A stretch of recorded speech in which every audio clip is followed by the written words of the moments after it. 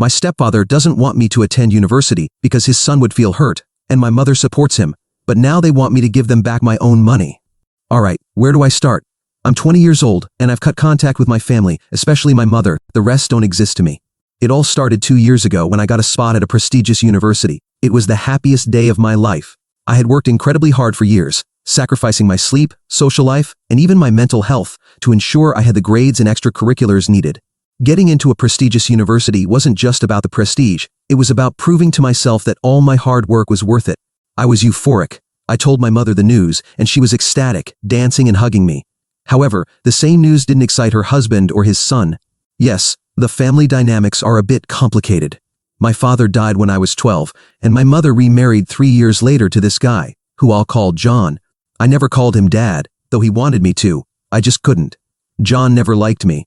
He's always been the type of person who thinks the world revolves around him, and his main concern was making sure his son, Billy, never felt less in any way. Billy is a year older than me, but a complete loser, just like his father. He didn't work, didn't study, and had no plans for his future. He just lived off our parents. I always kept my distance from them. I mostly stayed out of their way and didn't care what Billy did with his life. But when John started playing dirty to stop me from achieving my dreams, I had to react, and that's when the conflict began. When I shared the news about my acceptance, John gave my mother a strange look, and all her excitement vanished as she sat down next to him. I asked, "What's wrong?" He responded, "Nothing, it's just a bit sudden that you got accepted." Then, with doubts, he asked when I had applied and how I planned to cover the expenses. I replied, "My father left money for my university tuition. I'm going to use that." He looked at my mother and said, "Oh, that money. But you should have informed us about your plans." I didn't feel like arguing, so I politely replied, "I didn't have high hopes of getting accepted. It's not easy. I wanted to wait for the results before telling anyone." He asked if I hadn't even told my mother that I had applied, and I said no. He seemed satisfied with my answer, though it felt like I was being interrogated. I informed them of the dates I'd be leaving and asked my mother to settle my fund as soon as possible. Since I was born, my father set aside money in a trust for my university tuition. After he died, it remained under my mother's control until I turned 18. I wasn't exactly excited, to say the least. In fact, they were completely against it. They didn't see this as a life-changing opportunity, they saw it as a threat. The next morning, my mother timidly suggested I consider enrolling in a nearby community college and give up the idea of going to such an expensive university. Naturally, I got upset and asked what was going on. She didn't say much, just that she was afraid to send me so far away. No matter how much I insisted, she kept giving me the same response.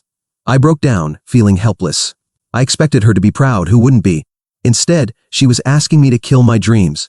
Then, she broke down and said, "John wants this, he's worried that Billy will feel hurt." I lost it and started yelling, "Why the hell is he behind all this?" John came into my room. At that moment, I realized he had been eavesdropping on us the entire time, which explained why my mother was so nervous and careful with her words. John initially remained calm, saying he was proud of my achievements, but as parents, they needed to be fair to both children. He said it wasn't fair that I went to a prestigious university, while my brother went to a community college. I was stunned. Billy, who hadn't lifted a finger in his life, was suddenly the victim because I had achieved something. I argued that I had worked tirelessly for 2 years, sacrificing all my happiness, comfort, and leisure for my dream, and now they were destroying it because it would make Billy look like a loser. I wasn't going to accept that. John got furious when I called Billy a loser. Even though it's the truth, he's a slacker. He doesn't do anything all day, stares at my female friends when they visit, and spreads rumors about me and them. Billy, who was home, joined John to gang up on me, saying I had no right to comment about him or raise my voice at John. He even tried to hit me, but I dodged it. I'm not an addict like him who gets into fights. I told him if he tried that again, I'd report him to the police for some suspicious things he's involved in. His friends are doing shady stuff at his friend's garage. He immediately backed off, cursing and calling me names. I told John and my mother that I was going to university whether they liked it or not, and that's when things really spiraled out of control. John threatened to cut me off financially unless I dropped the idea. He said the money my father left was under my mother's control, and they'd make sure I didn't see a cent if I went through with my plan. He even had the nerve to suggest I take a gap year, reconsider my decision, and give Billy time to catch up in life. I looked at my mother for support. I asked, "Can you please support me?" But instead of doing so, she started crying and said, "What can I do? I'm torn between you two. We have to respect his wishes. He's the head of the household." Head of the household, what nonsense. I stormed out after saying that. That was the first time I'd ever spoken like that in front of my mother. I spent the day at a friend's house, and when I came back late at night, my mother came to me, upset about how things had escalated that morning. I thought she regretted not standing up for me, but wow, was I wrong. She told me my decision was ruining her marriage. She asked if my dream of attending such an elitist university was worth risking her marriage. I was speechless. I felt like I was living in a parallel universe where logic didn't exist. She begged me to obey John, not for my own good, but because she was afraid her marriage would crumble if she didn't feed her husband's empty ego. I lost my temper and told her I was sick of being manipulated by her tears, and if her marriage was that fragile, maybe it wasn't worth saving. Then came the worst part. She got aggressive. She gave me an ultimatum. Either I chose her and went to the community college, or I chose my dream university and left forever. It was an impossible decision for most people, but for me, it was crystal clear. I looked her straight in the eyes and said I had a better option. She could choose between me or her husband. And guess what? She chose him. No surprise. She and John tried to resist giving me my father's fund, but I involved my dad's lawyer. One call from him, and she handed over the documents and the check. I packed my things and left for university. Since then, I haven't looked back. Now I'm in my second year of the 4-year program. I'm not going to say I'm living my best life or anything like that. Getting a spot at these universities is one thing, but graduating from them is another. You have to shed sweat and blood for that degree, which is why it's so prestigious. So, all this drama happened 2 years ago. Now, just a week ago, my mother started texting me, asking me how my life was going. Yesterday, she said she was coming to visit me. I replied that I didn't want to see her, but she still sent me a picture of her plane ticket. She said she was sorry and wanted to make things right. Now I'm confused. Part of me wants to ignore her, but the naive and innocent part of me wants to confront her, hear what she has to say, and maybe even ask her about her toxic marriage. I'm curious about how that has gone, if they're even still together. What do you all think? Update 1. Sorry for the delay in updating. I shared some details bit by bit in the comments, but here's the full update. After much thought, I met with my mother. At first, everything was warm and pleasant. I gave her a tour of the city, took her to dinner, and so on. We both avoided the sensitive topic. Then, on the day she was about to leave, she finally addressed the elephant in the room. She started by saying, "It's been so fun spending these 2 days with you. It brought back so many memories from your childhood." I replied, "I wish it were still like that. Everything was so good when Dad was here. Even after he was gone, I still enjoyed spending time with you when it was just the two of us." She interrupted me. "Yes, but now we have a family, and we must respect each other. It would have been so fun if John and Billy had come with us, and we all could have enjoyed it as a family." That moment completely changed my perspective of her. I wanted to stop her right there, but I decided to let her continue to see where she was going. She went on to say, "John loves you as much as he loves Billy. He was upset because he was scared of sending you so far away. There was another reason why he opposed your enrollment. He wanted to use that money to fund his business, but I didn't give it to him. I gave it to you. I chose you over him, which is why he threw a little tantrum. You're a man now. You know how men behave when they don't get what they want, especially when it comes to money. They get irritable." Then, after some nonsense and beating around the bush, she said, "Honey, I was wondering if you could call John and apologize, or maybe invite him here this weekend. I'm sure he'll forgive you if you make an effort." I looked at her in disbelief, and she dismissed it by saying, "Oh, come on, be a man. Just say sorry and fix things." Apparently, she wanted me to apologize for causing problems and tension in her marriage. I was furious. Not only was she asking me to apologize for something I had every right to do, like pursuing a good education, but she was also acting like I was responsible for her husband's bad behavior. I told her flat out, "I'm not going to apologize to that jerk." She lost her temper and raised her voice. "You've become a selfish brat. You only care about yourself. You've caused problems in my marriage, and I'm the one who has to deal with the consequences of your stupid decision. My husband is suffering financially because I didn't invest in his business, and instead, I gave the money to you, and now I have to put up with his tantrums. In the middle of all this, I only asked you to apologize and fix things. Is that too much to ask?" I replied, "Wait, you didn't do me a favor by giving me my money. That money was rightfully mine. Dad saved it for me. And you need to grow a backbone, or divorce your useless husband if he's making your life so miserable. If you're in trouble, like you say, it's because you chose a terrible man as a partner." She grabbed her bag and left. I was supposed to take her to the airport, but after that argument, I didn't want any more contact with her. I'm done with her. Maybe she took a taxi or a bus. I don't know, and I don't care. So that's that.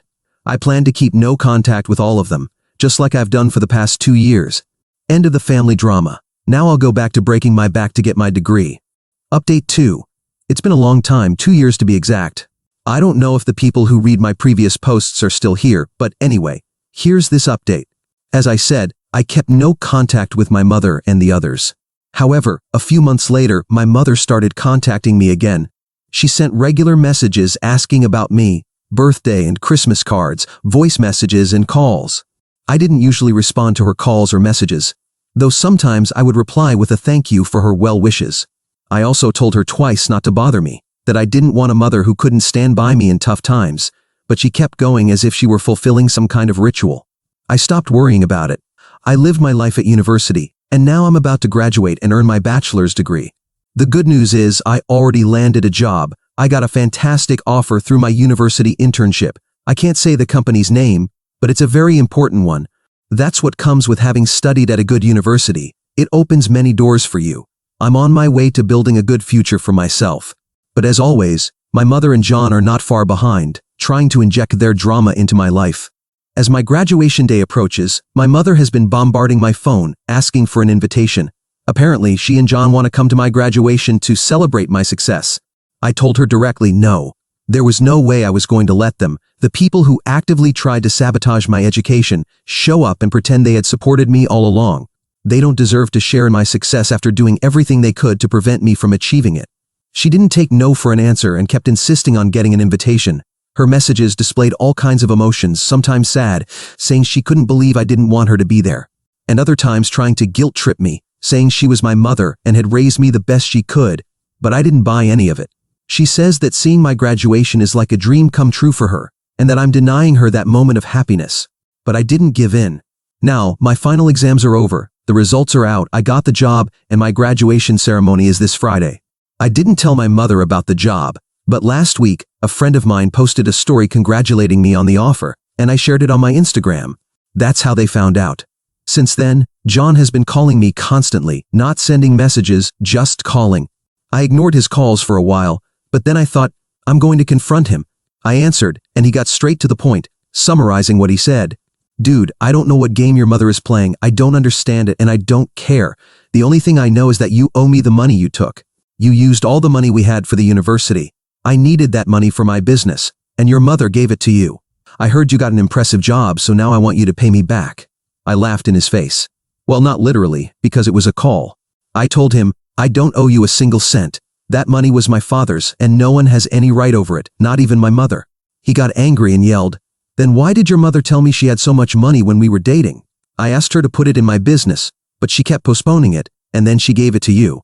I was sick of listening to him. I yelled back that I didn't want to be in the middle of their problems because I didn't care, and they didn't concern me. All I know is I don't owe anything to anyone. That money was rightfully mine, saved by my dad, and it's in his will. Then he started cursing my mother and said, I don't know what that woman is scheming. She's been telling me she's pampering you and that she wants to attend your stupid day so you'd pay her back the money. But look, my patience is running thin.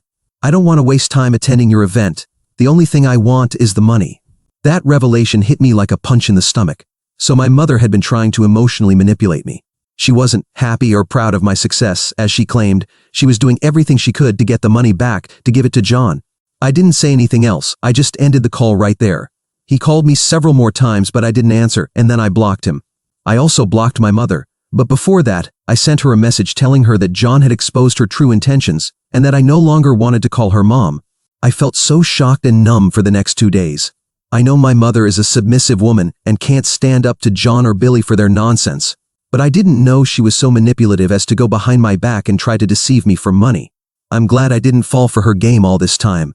Update 3. Sorry for not updating so often. It's hard with everything going on in my life right now.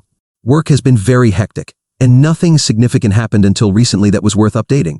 To give you an idea of the time, it's been 7 months since my last update. Since the conversation with John and my last message to my mother, everything had been silent. I graduated, although no one from my family was there to cheer for me, just my friends. I started my career, I'm financially stable, and I'm happy with the decisions I made for myself. I thought I was done with the family drama forever until my mother showed up at my office.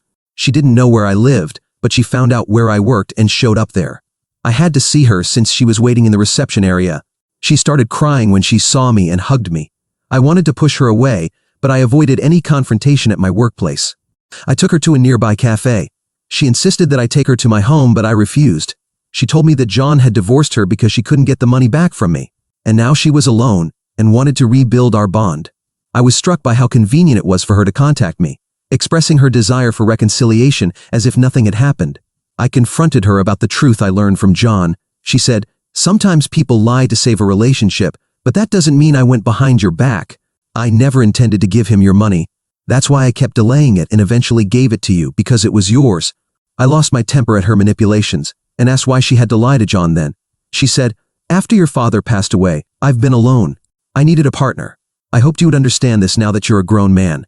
Do you think he would have married me if I hadn't talked about the money I had? Do you think he would have stayed if I had told him I wouldn't give him the money? I did everything I could to keep the family together." I looked at her, wondering if this was the same woman who gave me life, who raised me, and whom I used to love so much. I told her, "You didn't do anything for the family. There was no family. Our family ended the day you brought that bum into our lives. You did everything for yourself because you were afraid of being alone." She started crying, saying that marrying John was the worst decision of her life, and that now that they were divorced, I should give her a chance. I reminded her of all the times she chose him over me. She didn't betray me just once, she did it over and over, and when I needed her the most, she sided with the man who tried to destroy my future. I told her I was done, that I no longer trusted her. She made her choice years ago, and now she has to live with it. I am not responsible for her loneliness or her poor decisions. I have my own life to live, and I'm finally at peace. She said she came to see me with a lot of hope, and that now her heart was broken. I stood up and told her, "You reap what you sow." I went back to my office and informed reception not to give my address or any details to anyone who came looking for me. I don't feel bad about cutting her off. She is my only family, so to speak, but sometimes you have to make tough decisions to protect yourself. Update 4. This has been a quick update, but I felt I should do it because many of the questions I've received in the comments have been repetitive, and I'm getting tired of answering them individually. So, I thought it was better to make a post where I answer everything at once, especially about my stepfather's business, since it has generated a lot of curiosity. Well, to begin with, my stepfather's business, or ex-stepfather as I prefer to call him now, was something quite simple but, in my opinion, completely unnecessary. It was a sort of birthday party organizing business. In other words, if you wanted to organize a birthday party but didn't feel like planning it, he would take care of everything for you. Sounds unnecessary, right? That's because it was. We're not talking about a big city or a market where average people need these kinds of services. We didn't live in a place with celebrities or wealthy people, so there were few individuals willing to hire someone just to organize a birthday party. There, people simply order food, buy some drinks, put on some music, and voila, they have their party. Nobody hires someone for that. My stepfather's business was small because it was basically a one-man operation. Sometimes his son, my stepbrother, would help him, but not much. It wasn't profitable, which shouldn't surprise anyone. That's why he wanted my money. His idea was to expand the business, not just to organize birthdays, but also to do other types of events like small weddings, anniversaries, and things like that. In addition, he wanted to buy equipment like lights, sound, and decorations to offer complete services. This isn't something I mentioned before, but now I can do so with peace of mind, since it's no longer part of my life or my family officially. Many of you have also asked about my stepbrother and his activities. Well, my stepbrother and his friends used to hang out at a car workshop that belonged to one of them. The workshop had a questionable reputation because not all the work they did was exactly legal. You know, things that a legitimate workshop wouldn't touch with a 10-foot pole. For some reason, my stepfather always hoped that his son would leave those kinds of activities behind and straighten out his life. But I never saw him do anything about it.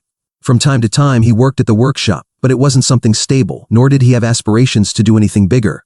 It's not like he was going to stop doing that to find a real job or attend university. And the most disappointing part of all of this is that my mother knew all of this. She knew exactly who John and his son were. She knew they didn't have the best intentions and that their business wasn't going anywhere. And yet, instead of supporting me and putting her own flesh and blood first, she chose to side with them. That's the part that hurts the most. Any decent mother would have ended that marriage right away. She shouldn't have even married a man like that in the first place. But, after thinking about it a lot, I believe that my mother has always had this emptiness since my father's death. And instead of seeking professional help to deal with her pain and loneliness, she decided that the best solution was to find a substitute.